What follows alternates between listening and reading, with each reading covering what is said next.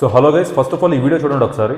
सहाराया वाले 5 साल बाद भी जब इलेक्शंस होंगे, आप लोगों को उस इलेक्शन में इससे भी बड़ा मुंह तोड़ जवाब उनको देना है. पूरे के पूरे मुमरा को ग्रीन कलर से ऐसे रंगना है कि इन लोगों को यहाँ से बुरी तरह से पछाड़ के भेज. సో ఈ వీడియో మీరు ఇంటర్నెట్ లో అక్కడ ఇక్కడ చూసే ఉంటారు. ఈవిడ పేరు సహర్ షేక్, ఏఐఎంఐఎస్ పార్టీకి చెందిన వ్యక్తి. ముమ్రాలోని కార్పొరేటర్ గా గెలిచారు. గెలిచిన వెంటనే బహిరంగంగా మీటింగ్ పెట్టి ఎలా గెలిచాం, 5 ఏళ్ల తర్వాత ఎలక్షన్స్ జరిగినప్పుడు మీ ఓట్లతో వాళ్ళ ముఖం మీద కొట్టినట్టు ఉండాలి, ముమ్రా మొత్తం గ్రీన్ కలర్ తో నింపేస్తా, ఇలాంటి యాంటీ రిలీజియన్ స్టేట్మెంట్స్ బహిరంగంగా చెప్పారు. తర్వాత మన నవరీత్ నబీరానా గారు ఫార్మర్ లోక్సభ మెంబర్, ఆవిడ అలా స్ట్రాంగ్ కౌంటర్ ఇచ్చారు. మొత్తం గ్రీన్ కావాలంటే పాకిస్తాన్ వెళ్ళిపోండి మీరు, ఇది భగవంతుడు నీడలో నడుస్తున్న దేశం, ఎప్పటికీ రంగు మారదు అని శివాజీ మహారాజ్ గారి విగ్రహాన్ని పక్కన పెట్టుకొని మాట్లాడారు. సో ఇలాగే రంగు మారదు అని కొన్ని వందల సంవత్సరాల క్రితం మొహమ్మద్ గజనీలు వచ్చారు, ఔరంగజేబులు వచ్చారు, బ్రిటిష్ వాళ్ళు వచ్చారు. ఎంతమంది వచ్చినా ఎన్ని వందల సంవత్సరాలైనా ఈ దేశం సనాతన ధర్మం మీద నడుస్తుంది. సో నేనేమంటానంటే, ఇలా బహిరంగంగా ఓపెన్ స్టేట్మెంట్స్ ఇచ్చేవాళ్ళు యాంటీ రిలీజియన్ మైండ్ సెట్ ఉన్నవాళ్ళు. నిజంగానే పక్క మతాల మీద గౌరవం ఉంటే అనాల్సిన మాటలు అవి కాదు. మేము గెలిచిన సరే పక్క మతాల వాళ్ళతో కూడా తోడుంటాం,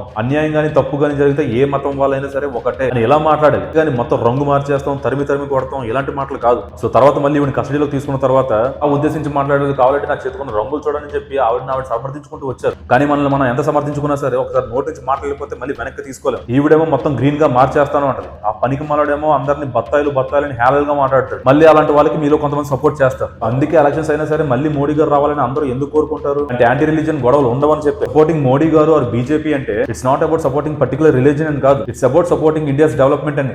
ఇండియా వరల్డ్ జీడీపీలో 4th ప్లేస్ లో ఉందంటే దానికి కారణం మోడీ గారు లాంటి వ్యక్తి. డిమాలిష్ అయిపోతున్న అన్ని టెంపుల్స్ ని మళ్ళీ రీబిల్డ్ చేస్తున్నారంటే దానికి కారణం మోడీ గారు లాంటి వ్యక్తి. మన ఆర్మీ దగ్గర బ్రహ్మోస్ లాంటి మిసైల్స్ ఉన్నాయంటే దానికి కారణం మోడీ గారు లాంటి వ్యక్తి. కార్పొరేటర్ గా గెలిచినంత మాత్రాన ఇలా బహిరంగంగా మీటింగ్స్ పెట్టి యాంటీ రిలీజియన్ స్టేట్మెంట్స్ ఇస్తే ఇది దేనికి దారి తీస్తే, గొడవలకు కాకపోతే పర్టికులర్ గా మన రిలీజియన్ ని రెచ్చగొట్టినట్టు అవుతుంది. ఇది ఖచ్చితంగా కేయాస్ కి దారి తీస్తుంది. ఈ ఎంటైర్ ఇష్యూ మీద మీరేమనుకున్నారో కింద కామెంట్స్ లో మెన్షన్ చేయండి. వెళ్తూ సబ్స్క్రైబ్ చేసుకోవడం మర్చిపోకండి. జై హింద్.